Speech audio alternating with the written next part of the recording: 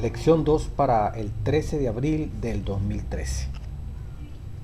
Continuando con este tema tan importante en el desarrollo de este trimestre. Buscad a Jehová y vivid. A través de los profetas menores, 12 profetas menores. Amor y juicio es el título de la lección para esta semana. Para lección 2 para el 13 de abril del 2013. El dilema de Dios. Amor y juicio, el dilema de Dios, a través del libro de Oseas. Versículo de memoria, Oseas 12:6.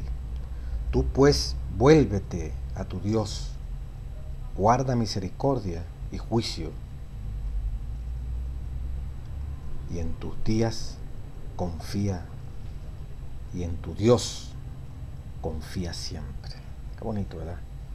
Tú pues vuélvete a tu Dios, guarda misericordia y juicio, y en tu Dios confía siempre. Amén. Oseas 12:6. El pensamiento clave que vamos a desarrollar durante toda la lección. Oseas revela más del amor de Dios por su pueblo descarriado. En otras semanas vimos, ese eterno e incomprensible por lo maravilloso de lo que es el amor de Dios. Qué enseñanza para cada uno de nosotros, ¿verdad? Una manera común, dice la introducción, en la que los autores bíblicos hablan acerca de la relación de amor de Dios con su pueblo, es el uso de metáforas. Una metáfora transmite algo profundo acerca de un tema poco conocido por medio de algo que ya es conocido o familiar. Las metáforas son símbolos usados para explicar algo diferente de sí mismo. Las dos metáforas bíblicas más comúnmente usadas con respecto a la relación de Dios con su pueblo son las metáforas de el esposo y la esposa, padre e hijo. La semana pasada observamos la metáfora de esposo y esposa. Esta semana consideraremos unas pocas metáforas más de Oseas, de las cuales la más dominante es realmente la de padre e hijo. Es importante, así brevemente, el concepto de metáfora, ¿verdad? Dice, transmite algo profundo acerca de un tema poco conocido por medio de algo que ya es conocido o familiar. O sea, el objetivo es ese, ¿ve? Un método, una manera de enseñar. Algo profundo se transmite con algo sencillo, que sea fácil de entender para la persona que la está oyendo. Pero su construcción, dice los diccionarios, es la comparación entre dos elementos, así como lo que estudiamos la otra semana. Padre, esposo, esposa, que fue la otra semana, ¿ves? Dos elementos, esposo, esposa, y padre e hijo. Entonces la definición dice, comparación entre dos elementos que afirma que el primero es el mismo segundo elemento que se está comparando, o el primer elemento, se están comparando dos elementos, es igual al segundo. Es o es igual al segundo. Por ejemplo, Dios es mi pastor. Ahí están los dos elementos, Dios y pastor. Dios es mi pastor. Se están comparando, ¿verdad? El primer elemento, Dios, es igual al pastor, ¿verdad? Dios es mi pastor. Es un ejemplo básico que se utiliza en esto, ¿verdad? Y así en la metáfora, pues cuando Dios coloca como si el profeta Oseas pues fuera Dios como esposo, y la esposa Gomer como si fuese la iglesia, el pueblo de Dios. Entonces vemos allí la comparación, ¿verdad? Dios se compara como si fuera Oseas que representa a Dios, y la iglesia es la prostituta, es Gomer. Dos comparaciones, ¿verdad?, que se ven allí entre el esposo y la esposa, padre e hijo. La vamos a revisar hoy, cómo Dios ¿verdad? Se presenta ahora como un padre, y como también en el contexto, lo que se está hablando aquí, lo que es la metáfora, Israel es como un hijo, ¿verdad? Y se representa con la palabra Efraín, como la tribu de Efraín, representativa de esos 10 reinos. Y como Dios entonces como un padre, Dios como padre. Ahí la comparación, Dios como padre. El mismo Dios como si fuera un padre. Dos elementos que se están comparando. Si usted no entiende el concepto de Dios, entonces entienda el concepto de Dios como si fuera un padre. Dos elementos que se comparan, donde el primero es el mismo segundo, o el primero es igual al segundo. Entonces, ahí haciendo la similitud entre Dios como padre. El padre como si fuera Dios para con el pueblo de Israel. Jesús utilizó parábola, que es la comparación donde puede haber diferencias y contraste entre los elementos. No tienen que ser iguales los elementos, pero que se comparan, pues. El reino de Dios es como una semilla. O sea, el primer elemento y el segundo elemento, ¿verdad?, se están comparando, ¿verdad?, pero no tiene que ser en similitud. Pues el reino de Dios con una semilla no se ve una similitud, pues. Sin embargo, la comparación es válida en la medida en que la semilla crece, el reino de Dios también crece, etcétera, etcétera. Bueno, es más o menos dando allí rapidito, ¿verdad?, entender que Jesús utilizó parábola, ¿verdad? Conocimientos muy prácticos de lo que la gente vivía, lo que la gente practicaba, sacó ilustraciones de allí y le dio aplicaciones las aplicó con el reino de Dios. El reino de los cielos, ¿verdad?, es como una perla de gran precio. El reino del cielo es como una semilla más pequeña que existe. O sea que no es igual el primer elemento con el segundo elemento, pero sin embargo al compararlo hay una gran enseñanza. Dios está mostrando una gran verdad. ¿Qué es el reino de los cielos? A ver si lo pueden comprender como una semilla, como una perla. El mismo, yo soy la luz. Dios es luz, yo soy el pan de vida. La parábola. Jesús se compara con el pan, ¿verdad? El pan en sí no tiene nada que ver con Jesús, pero la parábola hace ver, ¿verdad?, que Jesús es como el pan, Jesús es como la luz. Bueno, aquí vamos a ver la metáfora padre e hijo durante varios de los días que vamos a tocar aquí esta semana. Fácilmente engañados y sin entendimiento, domingo 7 de abril. Dice Oseas 7, 11, 12. Efraín fue como paloma incauta. Fíjense cómo está comparando aquí Efraín con la paloma incauta, especie de parábola. Sin entendimiento, llamarán a Egipto, acudirán a Asiria. Cuando fueren, dice Dios, tenderé sobre ellos mi red, les haré caer como aves del cielo, les castigaré conforme a lo que se ha anunciado en sus congregaciones. Oseas 7, 11, el 12. Lee estos versículos, dice la parte del domingo, en su contexto. ¿Qué advertencia se da aquí?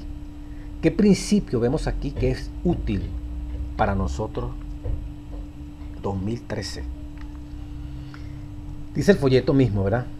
Efraín era el nombre del hijo menor de José y el nieto favorito de Jacob. Como Efraín era el nombre de la tribu principal del reino del norte de Israel, ese nombre se aplicó a todo el reino. O sea, todo el reino del norte se le llamaba Efraín, que era Israel. Así como el nombre de Judá se aplicó al reino del sur. O sea, el reino del norte había una tribu que lo representaba, esas 10 tribus, Efraín. Reino del norte, Israel, es lo mismo que Efraín. El reino del sur, Judá. Aquí Israel se compara como un pájaro, sin entendimiento, o sea, sin sabiduría, significa eso también, que se deja atrapar por una red de cazador. En este contexto, buscar ayuda en otras naciones era un acto de rebelión contra Dios. Como lo dice el versículo, llamarán a Egipto, Israel, Efraín, o sea 7:11, el versículo que le hace ratico, acudirán a Siria, o sea, naciones que no son religiosas, naciones que no son de Israel, pueblos paganos. Por eso dice, en este contexto, buscar ayuda de otras naciones era un acto de rebelión contra Dios. Lo fue ayer y lo es hoy también. ¿Por qué? Porque una alianza con el poderoso imperio asirio, hablando en la época de Oseas, o con el ambicioso Egipto, demandaría que Israel reconociera la supremacía de los dioses de estos dos superpoderes. Isaías 52:4, Lamentaciones 5:16 habla algo de esto. Ir a ellos significaba necesariamente apartarse de Dios. Lo que ellos necesitaban era volverse a Dios, arrepentirse, obedecer sus mandamientos y abandonar sus falsos dioses. Esa era la única esperanza que tenía, no las alianzas políticas con los paganos. Esto es peligroso, ¿ves? Y esto es la historia de la apostasía del pueblo de Dios y de la iglesia cristiana.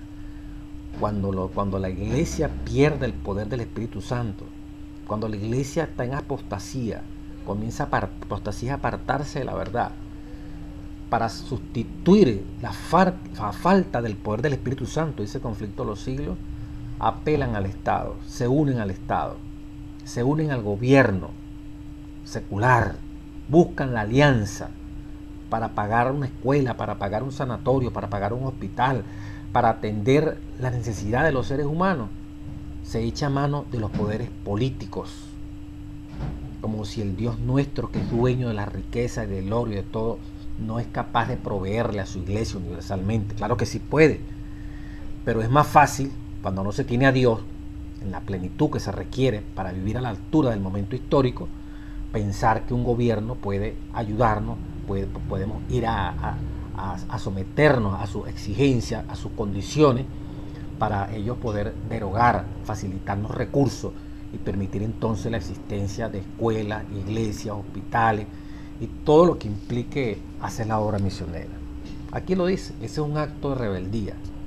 Aceptar que el gobierno nos ayude, entonces ponga una valla allí.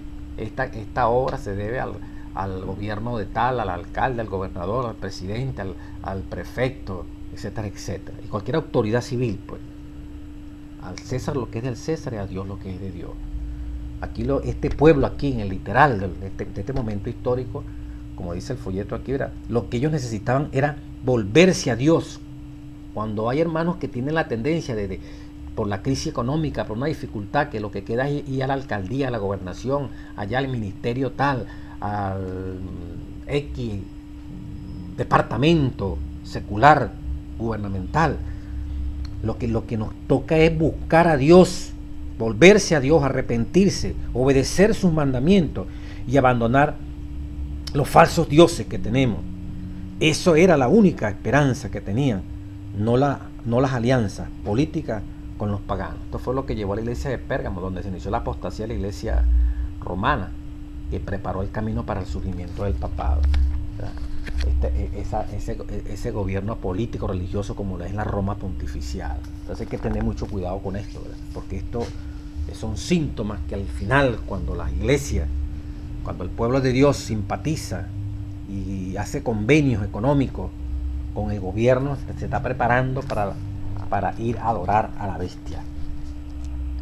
Bueno, Dios le hace un llamado, ¿verdad? Como una paloma incauta. Desgraciadamente, en vez de buscar a Dios, fueron a buscar al mundo. Los reinos de Israel, dice la misma lección, la parte final del día domingo, y de Judá fueron atrapados en esta rivalidad internacional entre estos reinos de Asiria y de Egipto, y quedaron agobiados por los dos rivales. Israel no tenía confianza espiritual en su Dios, por eso iban a buscar la ayuda de los gobiernos, y cayó en la desesperación, y recurrió necesariamente, primero a uno y después a otro, en busca de una ayuda que solo podía convertirse en una trampa para su propia seguridad nacional. Comentario bíblico, el tomo 4, página 931. Aparentemente era algo bueno, pero se convirtió en una trampa. Los pecados del pueblo de Dios, aquí en el libro de Oseas, ¿verdad? Pero ya usted va a ver todo cómo se va desarrollando. Una novilla domada, dice el lunes. Oseas 10, 11 al 13. ¿Qué mensaje da Dios a su pueblo aquí? ¿Cómo entendemos la frase hasta que Él venga y les envíe lluvias de justicias?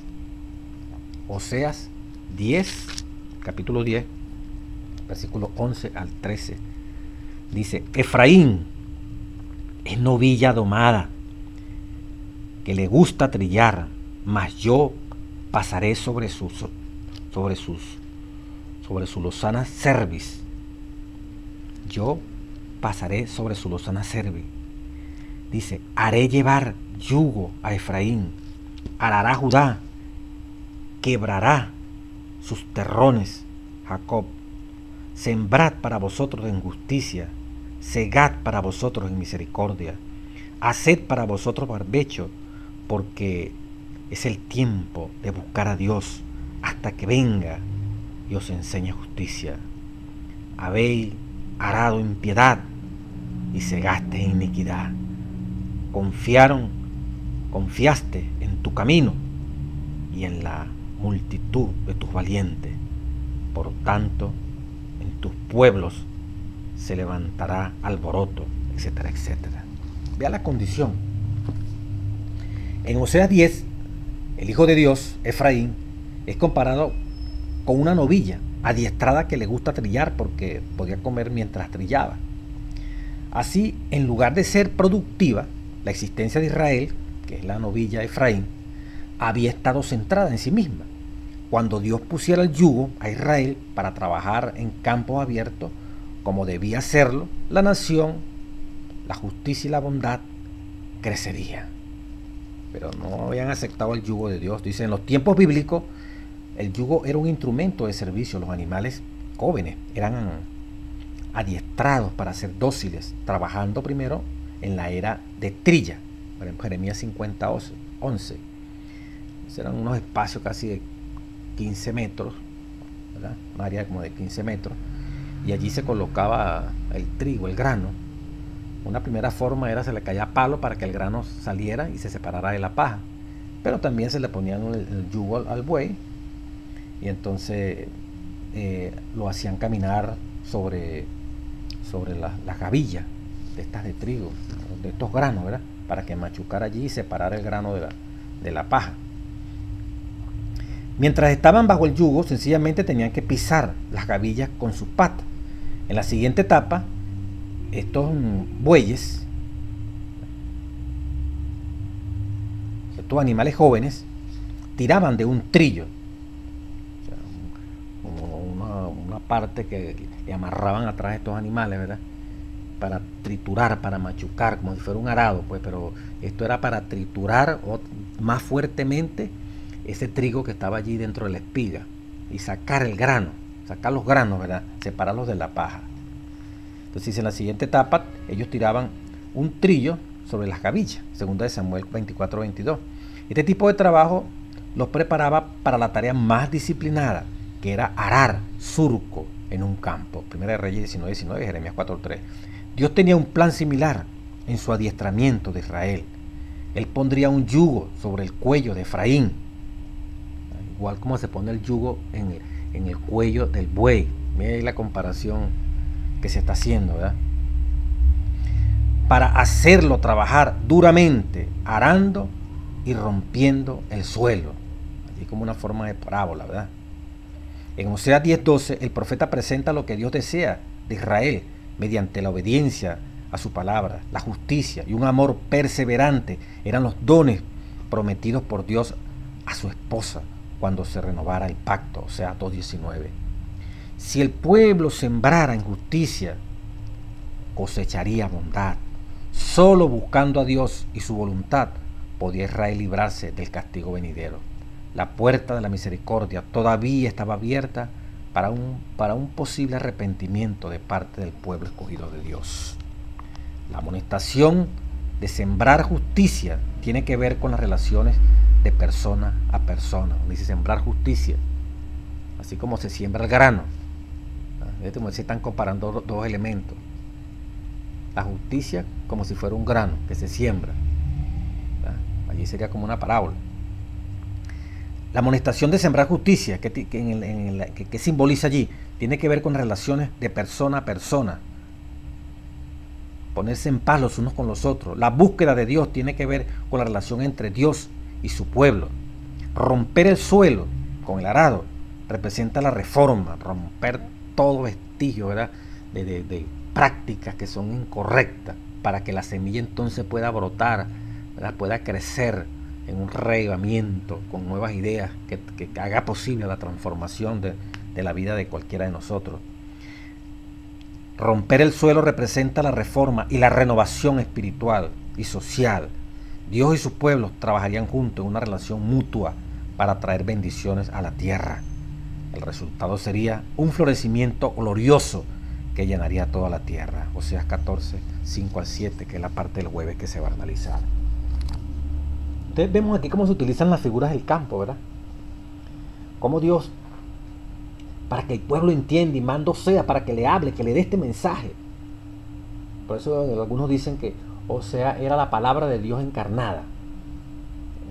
Lo que Dios estaba diciendo, Oseas lo estaba viviendo y lo transmitía. Así cuando le tocó casarse con el esposo con la esposa, la otra semana, con Gomer, ¿verdad? Él como si fuera el mismo Dios y Gomer como si fuera la misma iglesia. Aquí entonces Efraín, Israel, se compara con una novilla tomada, pero que quiere vivir para sí mismo, pero que en vez de sembrar justicia, ¿verdad? Dice, habéis arado impiedad y segaréis iniquidad, comeréis frutos de mentira, en Oseas 10:13, porque confiaste en tu camino y en la multitud de tus valientes. Entonces Dios le manda, como dice el versículo anterior, sembrad para vosotros en justicia. Las relaciones sociales, las relaciones con Dios, ese sembrar en justicia. Sembrad para vosotros en justicia y cosecharéis, que lo mismo segad, y segad para vosotros en qué, en misericordia. O sea, la comparación de lo que es la siembra, la utilización de estos animales en la siembra, con lo que Dios quiere que Israel haga también. Israel acepte el yugo de Dios. Israel sea capaz no de sembrar en iniquidad, no en arar en iniquidad, como dice aquí, sino que siembren en justicia para que puedan cosechar en misericordia.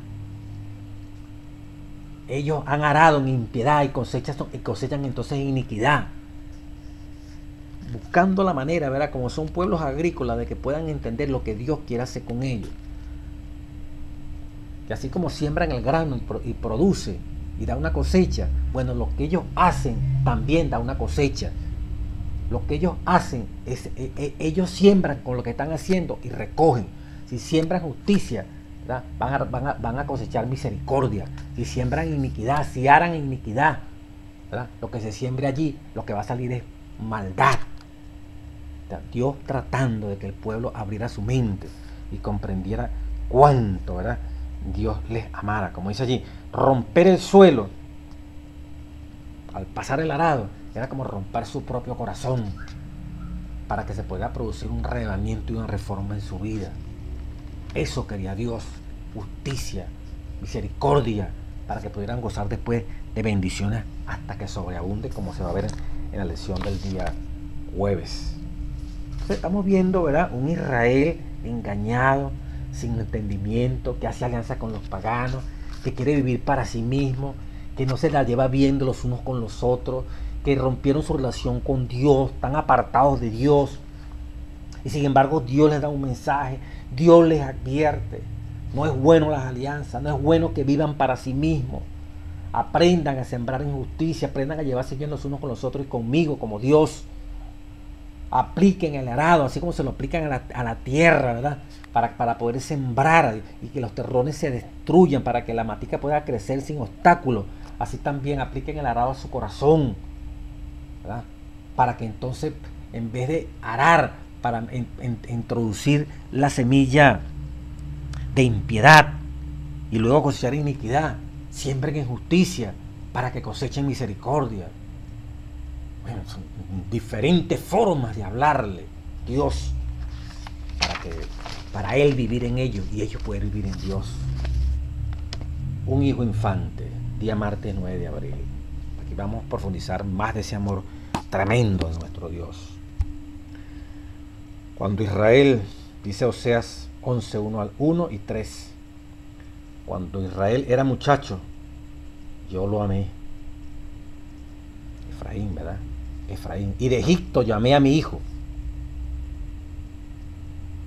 Versículo 3 del capítulo 11 de Oseas. Yo con todo esto enseñaba a andar al mismo Efraín, Israel, tomándole de los brazos. Mira lo tremendo que dice aquí, hermano. Y no conoció que yo le cuidaba. Wow, tremendo, ¿verdad? Demasiado hermoso este amor. Demasiado profundo, ¿verdad? En estos versículos, dice la lección del día martes, Oseas dice que el camino de Dios es como el cuidado tierno que da un padre.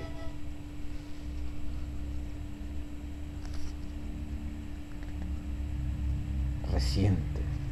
Así como un padre tierno y pacientemente enseña al niño a caminar, tomándolo por la mano para evitar que caiga, así Dios cuidó a Israel desde el mismo comienzo.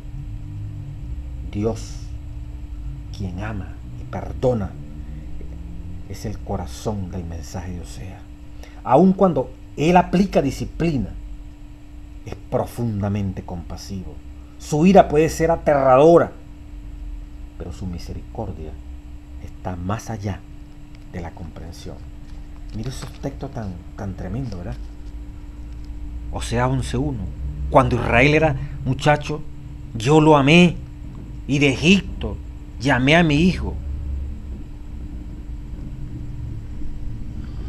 Y eso que aquí nos mandan a leer el versículo 2, dice, cuanto más yo los llamaba, tanto más se alejaban de mí. A los Baales sacrificaban y a los ídolos ofrecían sahumerio. Oseas 11:2. Yo con todo eso que estaban sacrificando a los ídolos,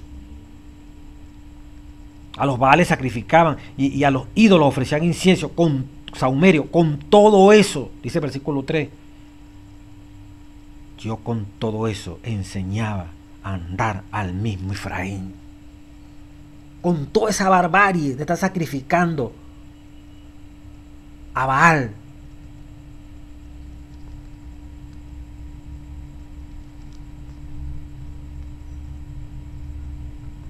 y a los ídolos ofreciendo sahumerio, con todo eso, dice Dios, yo le enseñaba a andar al mismo Israel y le tomaba de sus brazos, aún estando en apostasía. Yo le enseñaba a caminar, aún cuando andaba buscando a Baal para sacrificarle y ofrecerle sahumerio a sus ídolos. Haciendo eso, dice la palabra santa, yo le enseñaba a andar y tomándole de sus brazos, y no conoció que yo le cuidaba. Y no se daba cuenta, conduciéndolo Dios, tomándolo de los brazos para que no se cayera como un niñito pequeño que está comenzando a caminar. Yo le enseñaba a andar, dice, le tomaba de los brazos y no se daba cuenta que yo era el que lo estaba cuidando, a pesar de que estaban actuando mal. Yo los llamaba, dice aquí, los llamaba. Y cuanto más yo los llamaba, tanto más se alejaban de mí. Guara. Así somos muchas veces nosotros, hermano. Estamos cometiendo errores, estamos desobedeciendo. Y hoy todavía hay misericordia, ahí está Dios con todo esto. Dios sigue tomándonos de los brazos, hermano. Dios, como un niño que está aprendiendo a caminar, nos guía. Dios con todo esto nos enseña a andar, nos toma de los brazos para que no caigamos. Y no nos damos cuenta que no nos hemos caído, quizás no nos hemos apartado totalmente, no nos ha pasado algo terrible, porque Él está cuidando de nosotros a pesar de que tú estás en el cine, a pesar de que no cumplimos la reforma pro salud, a pesar de que el mundo está metido en nuestras cabezas, a pesar de que somos infieles a los principios de Dios, a nuestra familia, a pesar de que no vivimos rectamente como Dios quisiera. Con todo eso, yo les enseñaba a andar. Dios nos está enseñando a andar. Dios nos toma de los brazos para que caminemos como debe ser. Pero, sin embargo, Efraín no se daba cuenta que Dios lo estaba cuidando. Cuidado si nosotros también no nos damos cuenta de que no nos ha pasado algo peor de lo que nos pueda estar pasando, nos pueda pasar, porque Dios cuida de nosotros, hermano. Grande amor de Dios, inmensurable. Esto no cabe en la cabeza de uno. Siendo Efraín una novilla que vivía para sí mismo, siendo Efraín como un pájaro sin entendimiento, como lo leíamos ya anteriormente, ¿verdad? Como una paloma incauta, sin entendimiento. Pero allí estaba Dios llamando al arrepentimiento. Mientras el pueblo de Dios buscaba las alianzas con otros pueblos, allí estaba Dios advirtiéndole, diciéndole que no era correcto, que la amistad con el mundo es enemistad contra Dios. Ay, hermano. En Deuteronomio 8:5, Proverbios 13:24, Hebreos 12:6 y Apocalipsis 3:19, ¿qué punto tienen de común estos textos? Por ejemplo, en Deuteronomio dice: como castiga el hombre a su hijo, así Dios también castiga. En Proverbios 13:24 dice: el que detiene el castigo a su hijo, el que detiene el castigo a su hijo aborrece, mas el que ama al hijo desde temprano lo corrige. Luego en Hebreos 12:6, porque el Señor al que ama, que te ama a ti, me ama a mí, disciplina y azota a todo el que recibe por hijo. Ese es Dios para nuestro bien, para corregirnos, para que tomemos conciencia del gran amor de Dios. En Apocalipsis 3:19, yo reprendo y castigo a todos los que amo. Por medio de Moisés, Dios informó al rey de Egipto que Israel era su hijo especial. Éxodo 4:22-23. Aunque todas las naciones de la tierra, incluyendo a la gente de Egipto, son hijos e hijas de Dios, la nación hebrea fue elegida por Dios para ser su hijo primogénito, con privilegios especiales. Pero junto con estos privilegios vinieron responsabilidades. En el desierto, Dios llevó a su pueblo del mismo modo en que lo hace un padre con su hijo. Deuteronomio 1:31. A veces los disciplinó como un padre disciplina a su hijo. Deuteronomio 8:5. Todos los que en este mundo, mire como dice aquí el libro de Educación, página 151, todos los que en este mundo, todos, adventistas o no adventistas, religiosos o no religiosos, prestan verdadero servicio a Dios, que diríamos, todos los que en este mundo, el grupo que les presta servicio a Dios o al hombre, esas son las dos alternativas. Todos los que en este mundo o le prestamos servicio a Dios o al hombre, reciben una educación preparatoria en la escuela del dolor. La escuela del dolor es tanto para los que le sirven a los hombres como para los que le sirven ¿a quién? A Dios. Cuanto mayor sea la confianza y más elevado el servicio, más estrecha será la prueba y más severa la disciplina. Cuando usted lee el contenido de este capítulo aquí, en la página 151, usted se da cuenta, ¿verdad?, cómo la disciplina que tuvo que pasar Daniel, José, Pablo, para asumir las responsabilidades que Dios les entregó. O sea, si tú estás pasando, si nosotros estamos pasando por severas pruebas de disciplina, algo grandioso Dios nos tiene preparado. Pero tenemos que modelar, transformar el carácter.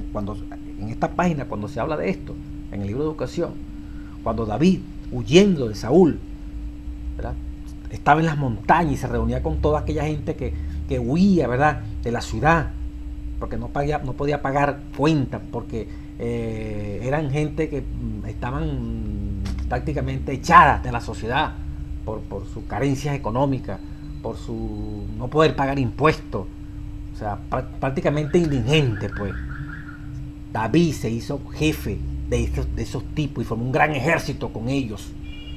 Es la revelación. Eso lo capacitó para entender al sufrido, para entender al explotado, una vez que Dios lo iba a poner como rey. José, ¿cuánto no pasó José? La escuela del dolor de José para llegar a ser el segundo después del faraón. Dios está preparando. Dios, a través de la prueba del dolor y del sufrimiento, Dios nos está capacitando para algo maravilloso. Y lo más maravilloso, ser sellado y entrar vivo al reino de los cielos, que es la promesa más fuerte que podemos tener. O llegar a morir con la seguridad como Esteban de ver la manifestación de Dios diciéndonos, hijo, descansa en paz, reposando, si nos toca morir, en los brazos de Cristo Jesús. Eso será una de las victorias más grandes si nos toca morir. Y estando vivos, el anhelo de ser sellados, a pesar de todo el sufrimiento, de toda esa hora final en fuego, toda esa pulitura que Dios tiene que hacer en ti y en mí todos los días. No importa que Dios nos someta a todo lo que sea, con tal de que Él pueda ver en nosotros su imagen y semejanza, que brille como en el oro cuando ya ha sido purificado. El mismo artista que trabaja el oro se ve, el orfebre se ve allí reflejado en el oro cuando le salió todo el poco de sucio, toda la escoria. Pues Dios, así también Dios tiene que pulirnos a través del fuego, de la persecución, del sufrimiento, del dolor, hasta que Él mismo se va reflejado en tu vida y en mi vida. Gloria a Dios, alabado sea nuestro Dios. Qué hermoso, ¿verdad? Lo que Dios nos permite. No hay duda, cualquier padre que ama a sus hijos los disciplinará, y siempre para el bien de ellos. Si los seres humanos, caídos y con fallas, hacen esto, ¿cuánto más podemos confiar en el amor de Dios por nosotros, aún durante los momentos de pruebas? Con más razón, pues. El día miércoles, la compasión es más fuerte que la ira. Sigue esto más profundo, hermano. Oseas 11, 8, 9. ¿Cómo podré abandonarte, oh Efraín, Israel? Te entregaré yo, Israel. ¿Cómo podré yo hacerte como Atma o ponerte como Seboín?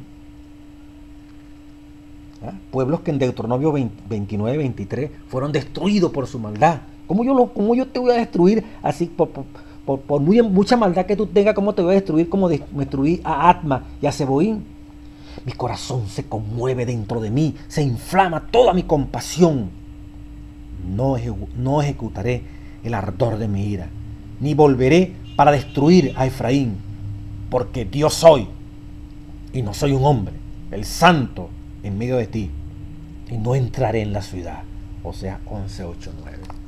Imagínense ustedes esto, hermano. Cuánto amor frente a un pueblo pecador. Este pasaje sirve como una ventana al corazón de Dios. ¿Entregará Dios a su hijo rebelde para ser apedreado a muerte como lo demandaba la ley? Deuteronomio 21, 18 al 21. Léalo, hermano. Los hijos rebeldes, los hijos contumaces, los que no querían hacer caso, los que se rebelaban contra sus padres, esos hijos desleales que no obedecían, dice la Biblia aquí en Deuteronomio 21. Vamos a buscarlo. 21, 18. Si alguno tuviere un hijo contumaz y rebelde, que no obedeciere a la voz de un padre, de su padre, ni a la voz de su madre, no le hace caso ni a mamá ni a papá, y habiéndole castigado, no les obedece, por más que usted lo castiga, él sigue rebelde, esa muchacha, ese muchacho, tanto a usted como padre o a usted como madre, entonces lo tomarán su padre y su madre, y lo sacarán ante los ancianos de su ciudad y a la puerta del lugar donde viva, y dirán a los ancianos de la ciudad, dice el versículo 20, este nuestro hijo es contumaz y rebelde, no obedece a nuestra voz, es glotón, es borracho. Entonces todos los hombres, dice el versículo 21 de Deuteronomio 21, Todos los hombres de su ciudad le apedrarán y morirá. Así quitarás el mal de en medio de ti, y todo Israel oirá y temerá. Contumaz quiere decir insensato, indómito, porfiado, rebelde. Eso quiere decir contumaz. Esos hijos rebeldes que no obedecen ni a papá ni a mamá, así los castiguemos. El padre y la madre tenían el derecho, es decir, si lo querían ejercer, de llevar a los ancianos de la ciudad para que mataran a ese muchacho o a esa muchacha. Tremendo, ¿verdad? Con estos hijos que a veces comedores, glotones, borrachos, contumaces, que no quieren obedecer. Mire lo que hacía Dios con ellos. Tú como padre, yo como padre, ¿qué tipo de hijos estamos criando? Por eso la reprensión a su debido tiempo, no este consentimiento, que más bien los hijos le echan cuero a los padres, dominan a los padres. Y las leyes y la psicología y todas pocas cosas cada vez le dan más derecho a ellos. No se les puede tocar pues, ni con un palito, ni con una hoja. Pues. Entonces déjenlo que hagan lo que ellos quieren. Son etapas en que el diablo se va posicionando más y más de ellos. Mire cómo hacía Dios. Era un mal que había que quitarlo. Entonces aplicado aquí al libro de Oseas, como este hijo mío, ¿cómo podría abandonarte, oh Efraín? ¿Ah? Mi corazón se conmueve. Tú mereces ser apedreado, pero yo no lo voy a hacer porque yo te quiero mucho. Yo quiero que tú te vuelvas a mí. Qué asombrosa vislumbre nos da el sufrimiento propio de Dios a causa del pecado humano y de su deseo de salvarnos. Aunque el pecaminoso Israel merecía la destrucción total, Dios en su misericordia duradera sigue amando a su pueblo mientras lucha para que se arrepienta.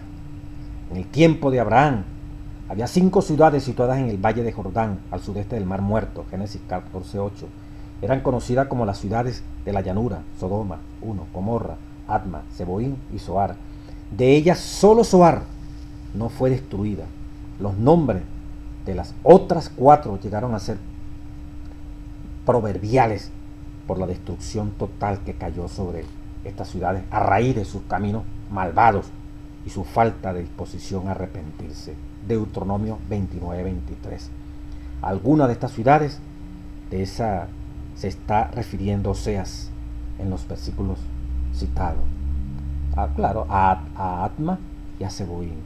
Oseas 11 enseña que los caminos de Dios trascienden los de la humanidad pecadora. Dios no permite que la amargura gobierne sus decisiones. El amor de Dios procura traer sanidad, salud y restauración a su pueblo. El propósito de la disciplina divina es corregir, enmendar, reconciliar, no destruir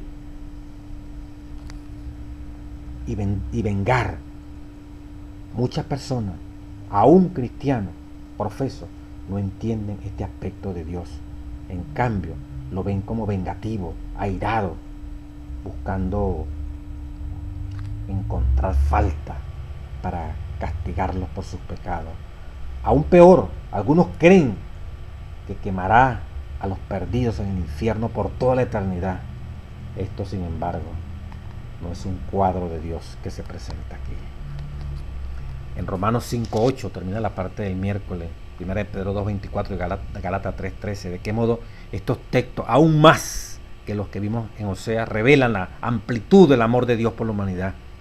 Romanos 5:8 dice: Dios muestra su amor a nosotros, que aún siendo pecadores, aún siendo malos, Cristo murió por nosotros. Y en 1 de Pedro 2:24, Cristo llevó nuestros pecados. Por su herida, por su muerte en la cruz, fuimos sanados. Y en Gálatas 3:13, Cristo nos redimió de la maldición de la ley. Se hizo maldito por nosotros, porque maldito todo aquel que moría en un madero, en una cruz. Tú y yo era lo que deberíamos estar colgados allí, crucificados allí, y Él lo hizo por nosotros. No tomando en cuenta nuestros pecados, murió por nosotros, para que viéramos su grande amor, su misericordia, así como lo estamos viendo aquí en el libro de Oseas. Como dice aquí este capítulo 11, ¿verdad? Dice, este pasaje sirve como una ventana al corazón de Dios. Oseas 11, 8, 9. Y finalmente, hermanos, el capítulo 14 de Oseas. Algunos eruditos antiguos consideran a Dios tal como es revelado en el Antiguo Testamento, como severo y no perdonador, en contraste con Jesús, como es revelado en el Nuevo. ¿Por qué esta conclusión es equivocada? ¿De qué modo el mensaje de Oseas 14 muestra cuán equivocado es esta conclusión? ¿Qué revela este capítulo acerca del amor de Dios por su pueblo? El último capítulo de Oseas, la lección del jueves 11 de abril, es un clímax apropiado para el mensaje proclamado por el profeta. Reafirma la promesa de que Dios dará salvación. El capítulo se inicia con un llamado para volverse de toda iniquidad. El profeta pide al pueblo que vuelva a Dios y le da palabras exactas que debían decir en la adoración. Su pedido debe ser que Dios quitara la culpa de lo que lo hizo tropezar. También debían renunciar a depender de otras naciones y debían rechazar totalmente la idolatría. En los tiempos bíblicos, ninguna persona debía presentarse delante de Dios con las manos vacías. Más que traer un animal como sacrificio, la gente debía traer palabras de arrepentimiento como ofrenda de gratitud. Qué bonito, ¿verdad? Luego una confesión penitencial del pueblo. Dios respondía con una serie de promesas. La principal de ellas era la curación de las enfermedades del pueblo por el médico divino. La relación renovada de Dios con Israel es comparada con el rocío que provee la única humedad disponible para las plantas en la estación seca de verano allá en Palestina. En otras palabras, las raíces plantadas por Dios producirían tan abundancia de plantas nuevas que Israel llegaría a ser un jardín lleno de bendiciones para todo el mundo. Esa era la esperanza. A eso apostaba Dios, de ver a su pueblo perdonado, limpiado, redimido por la sangre del Rey de Reyes, nuestro amado Señor Jesucristo. Permítame leer parte de ese capítulo 14 del libro de Oseas, tal como directamente como lo dice la palabra, ya finalizando el capítulo. Dice, vuelve, oh Israel, Oseas 14:1, a Dios, tu Dios, porque por tu pecado has caído. Llevad con vosotros, lleven palabras de súplica, le da la manera como se van a dirigir a Dios. Vuelvan a Dios porque el pecado los ha separado de Dios. Lleven ustedes palabras de súplica y volved a Jehová y díganle a Jehová, quita toda iniquidad. Bueno, si debiéramos hablar en nosotros, ¿verdad? Hagamos caso a esto que dice aquí. Vayamos a Dios, ¿verdad? Con palabras de súplica, suplicarle a Dios y volvamos a Él. Y el profeta dice aquí en Oseas 14, versículo 2, decidle a Él, Señor, quita toda iniquidad. Iniquidad significa toda violación de la ley, toda violación de las leyes de Dios. Quita toda iniquidad y acepta el bien y te ofreceremos la ofrenda de nuestros labios. La ofrenda de nuestros labios, te alabaremos, te cantaremos, te confesaremos. Oh Dios bendito, no nos librará el asirio, no montaremos a caballo, ni nunca más diremos a la obra de nuestras manos, Dios es nuestro, porque en ti el huérfano alcanzará misericordia. Ya no confiaremos más en nosotros, Señor. Estábamos como huérfanos, pero tú eres nuestro Padre. En ti hemos alcanzado misericordia. Huérfanos porque estábamos en el mundo como sin padre, obedeciéndole a un padre engañador como era el demonio. Entonces el profeta le dice, le manda a Dios, dile al pueblo que vengan a mí, ¿verdad? Que le digan a Dios, díganle a Dios, dice el profeta, díganle, quite toda iniquidad. Llévenle todo bien, alábenle, confiésenle al Señor, al Rey de Reyes. Y Dios les dice, después que ustedes hayan ido arrepentidos, después que ustedes hayan pedido quitar las culpas, después que ustedes hayan decidido a no hacer más alianza con pueblos paganos, a no atribuirse a ustedes la gloria para nada, después de ustedes haber dejado de ser indómitos, indomables, de ser jactanciosos, de buscar para sí mismo el propio beneficio, de ir tras ídolos paganos, de no reconocer el cuidado que Dios nos está dando. Vayan a Él, confiesen en todo eso y alábenle con su boca. Entonces Dios le dice al profeta, diles, yo sanaré su rebelión, los amaré de pura gracia, no porque se lo merezcan, un favor inmerecido, un tipo de amor especial para nosotros los seres humanos, porque mi ira se apartará de ellos. Y vienen las bendiciones. Yo seré Israel como rocío, él florecerá como lirio y extenderá sus raíces como el Líbano. Y aquí viene una descripción hermosa, ¿verdad?, de la prosperidad, así como el campo, el rocío, que es esa lluvia hermosa que le da, que alimenta, ¿verdad?, en esos veranos. Es algo, una medicina hermosa, es un fertilizante hermoso, es algo que le da vida a las plantas. Bueno, así yo derramaré, como yo seré para ustedes como un rocío y haré crecer. Entonces utiliza allí, ¿verdad?, la parábola de la forma como va a lograr cuando cae un rocío, cuando el Líbano, cuando el olivo, ¿verdad?, todas esas matas que se mencionan allí, ¿verdad?, el olivo, el cedro, el Líbano, Efraín, dirás, ¿qué más tendré yo con los ídolos? Yo lo oiré y miraré, yo seré a él como la haya verde, de mí se hará hallada tu fruto. Palabra de Dios, es la 14:8.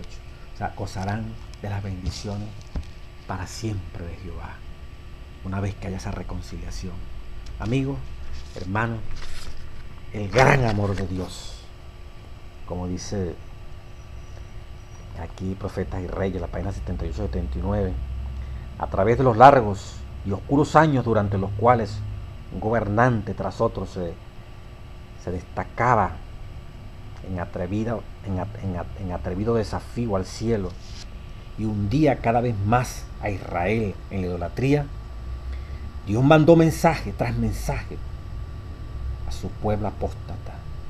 Mediante sus profetas le dio toda oportunidad de detener la marca de la apostasía y de regresar a él. Nunca iba a ser dejado el reino de Israel sin nobles testigos del gran poder de Dios para salvar a los hombres del pecado. Aún en las horas más sombrías, algunos iban a permanecer fieles a su gobernante divino y en medio de la idolatría vivirían sin mancha a la vista de un Dios santo. Esos fieles se contaron entre el residuo de los buenos, por medio de quienes iba a cumplirse finalmente el eterno propósito de Jehová. Alabado sea su nombre. En Joya de los Testimonios, tomo 2, capítulo del sellamiento, esta última cita que leí de Profetas y Reyes, ese remanente que permanece fiel en medio de la apostasía y por medio del cual Dios iba a cumplir finalmente el eterno propósito de Jehová. Aquí podemos hacer como un paralelo. El último párrafo de la página 64, Joya de los Testimonios, tomo 2, dice, hablando de Ezequiel 9, remanente final, tiempo final. La orden es: pasa por en medio de la ciudad, por medio del Jerusalén, y pon una señal en la frente de los hombres que gimen y claman a causa de todas las abominaciones que se hacen en medio de ella. Esos que suspiran y lloran han estado ofreciendo la palabra de vida, han reprendido, han aconsejado y suplicado. Algunos de los que estaban deshonrando a Dios se han arrepentido y han humillado su corazón delante de él, pero la gloria del Señor se ha apartado de Israel. Aunque muchos perseveraban en la forma de la religión, faltaba el poder y la presencia de Dios. En el tiempo en que su ira se manifieste con castigo, Estos humildes y consagrados discípulos de Cristo se distinguirán del resto del mundo por la angustia de su alma, expresada en lamentaciones y lloros, reproches y amonestaciones, mientras que otros procuran arrojar un manto sobre el mal existente y excusar la gran impiedad que prevalece por doquiera. Los que tienen celo por el honor de Jehová y amor por las almas no callarán para obtener el favor humano.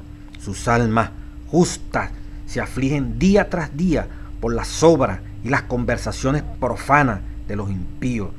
Son impotentes para detener el torrente de la iniquidad. De ahí que se llenan de pesar y alarma. Lloran delante de Dios al ver la religión despreciada en los mismos hogares de aquellos que han tenido gran luz. Se lamentan y afligen sus almas porque en la iglesia hay orgullo, hay avaricia, egoísmo y engaño de casi toda clase. El Espíritu de Dios que inspira la reprensión es pisoteado mientras triunfan los siervos de Satanás. Dios queda deshonrado, la verdad anulada. Aquellos que no sienten pesar por su propia decadencia espiritual, ni lloran sobre los pecados ajenos, quedarán sin el sello de Dios. El Señor ordena a sus mensajeros, los hombres que tienen las armas de la matanza en la mano, pasad por la ciudad en pos de él y herid, no perdone vuestros ojos, ni tengáis misericordia, matad viejos, mozos, vírgenes, niños, mujeres, hasta que no quede ninguno más. A todo aquel sobre el cual hiciere señal, no llegaréis, y habéis de comenzar desde mi santuario. Comenzaron pues desde los varones ancianos que estaban delante del templo. Ezequiel 9, 5, 6. Aquí vemos que la iglesia, el santuario del Señor, era la primera en tener los golpes de la ira de Dios. Los ancianos, aquellos a quienes Dios había brindado gran luz, se habían destacado como guardianes de los intereses espirituales del pueblo, habían traicionado su cometido. Habían asumido la actitud de que no necesitamos esperar milagros ni la señalada manifestación del poder de Dios como en tiempos anteriores. Los tiempos han cambiado, dicen ellos. Estas palabras fortalecen su incredulidad y dicen: el Señor no hará bien ni mal, es demasiado misericordioso para castigar a su pueblo. Así el clamor de paz y seguridad es dado por hombres que no volverán a elevar su voz como trompeta para mostrar al pueblo de Dios su transgresión y a la casa de Jacob sus pecados. Estos perros mudos que no querían ladrar son los que sienten la justa venganza de un Dios ofendido. Hombres, jóvenes y niños, todos perecen juntos. Este es el sellamiento. Hermanos, el inmenso amor de Dios frente a un pueblo que se arrepiente, frente a un remanente, como terminaba la cita de Patriarcas, Profetas y Reyes del día viernes 12 de abril. Aún en las horas más sombrías, algunos iban a permanecer fieles a su gobernante divino, como aparece aquí en los testimonios tomo 2 que acabo de leer. Y en medio de la idolatría vivirían sin mancha a la vista de un Dios santo. Son los que van a ser sellados finalmente, de lo que leí ahorita, pero aquí en el contexto de lo que estaba pasando cuando Osea. Esos fieles se contaron entre el pueblo, entre el residuo de los buenos, por medio de quienes iba a cumplirse finalmente el eterno propósito de Jehová. Y para este tiempo el eterno propósito de Dios de tener un pueblo en el reino de los cielos donde tú y yo podamos estar, también se va a cumplir a través de hombres y mujeres, jóvenes y niños, que tendremos como único a quien obedecer es a nuestro gobernante divino, ¿verdad? Representado aquí y manifestado aquí a través de pastores, ancianos, laicos, que reflejarán la imagen de Cristo Jesús, a pesar de la apostasía, a pesar de todo esto horrible que leíamos allí en el libro de la lección, ¿verdad? De Oseas, pero que también estamos viendo aquí en Joyero de Testimonio, tomo 2, como Dios también tiene en el capítulo de enseñamiento, tiene un remanente. Pero el amor de Dios está allí, hermano, llamándonos, suplicándonos, tomándonos de la mano, Y a pesar de que se están adorando a Baal, están ofreciendo saumerio a los ídolos, allí está Dios todavía, hermano, para que volvamos a Él. No hagamos como hizo Israel, hermano. Y con todo, como dice también el libro de Osea, con cuerdas de amor yo te llamaba y tú no me obedecías. Pero el Señor, su propósito finalmente se va a cumplir. De aquí saldrá un pueblo para vivir con Él, porque somos como Él en el reino de los cielos. Dios bendiga su palabra.